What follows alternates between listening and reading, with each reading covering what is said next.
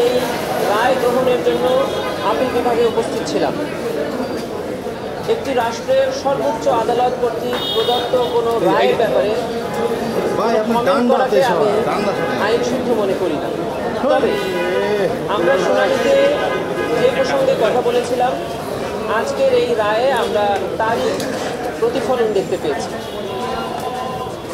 ATM আজহার সাহেবের পক্ষে তাদের যে মূল সাবমিশনটা ছিল সেটি হলো আন্তর্জাতিক অপরাধ ট্রাইব্যুনালের যে জাজমেন্ট 5ই আগস্টের আগে হয়েছে সেগুলোতে কাস্টমারি ইন্টারন্যাশনাল ল অর্থাৎ আন্তর্জাতিক আইনের প্রযোজ্যতা ছিল না, এবং এটি অ্যাপিলেট ডিভিশনেও এটিকে প্রমাণ করেছে যে আন্তর্জাতিক অপরাধ ট্রাইব্যুনালের বিচারে আন্তর্জাতিক আইনের প্রযোজ্যতা প্রয়োজন নেই।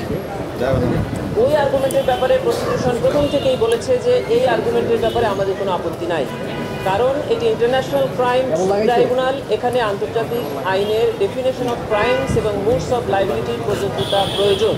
তা না হলে আমরা যে সমালোচনা ট্রাইব্যুনালে আগে করেছি ট্রাইব্যুনাল রায়ের ক্ষেত্রে যে এটি ইন্টারন্যাশনাল স্ট্যান্ডার্ড না, সেটি বহাল রয়ে যায়।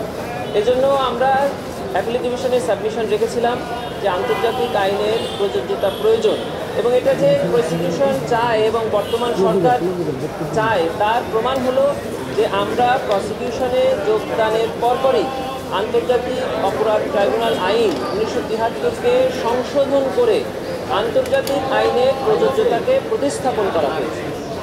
এই জন্য আজকে অ্যাপিলেট ডিভিশন যখন বলেছে যে ইন্টারন্যাশনাল ক্রাইম ট্রাইব্যুনালের বিচারে আন্তর্জাতিক আইনের প্রযোজ্যতা প্রয়োজন, এই ব্যাপারে আমাদের প্রসিকিউশনের পক্ষ থেকে আমরা এখনও একমত পোষণ করছি এবং এই রায়ের পক্ষে আমরা এখনও কথা বলছি। মেরিট অফ দি কেস, আজহার সাহেবের মামলায় যে মেরিটগুলো ছিল সেগুলোর ব্যাপারে আমরা অ্যাপিলেট ডিভিশন বলেছিলাম যে এটি আপনি লর্ডশিপ এই মেরিট বিবেচনায় এটিএম আজহার সাহেবকে খালাস প্রদান করেছে। প্রসিকিউশনের পক্ষ থেকে দেশের সর্বোচ্চ আদালতের রায়কে আমরা মেনে নিয়েছি এবং আমরা এটা মেনে নিতে বাধ্য।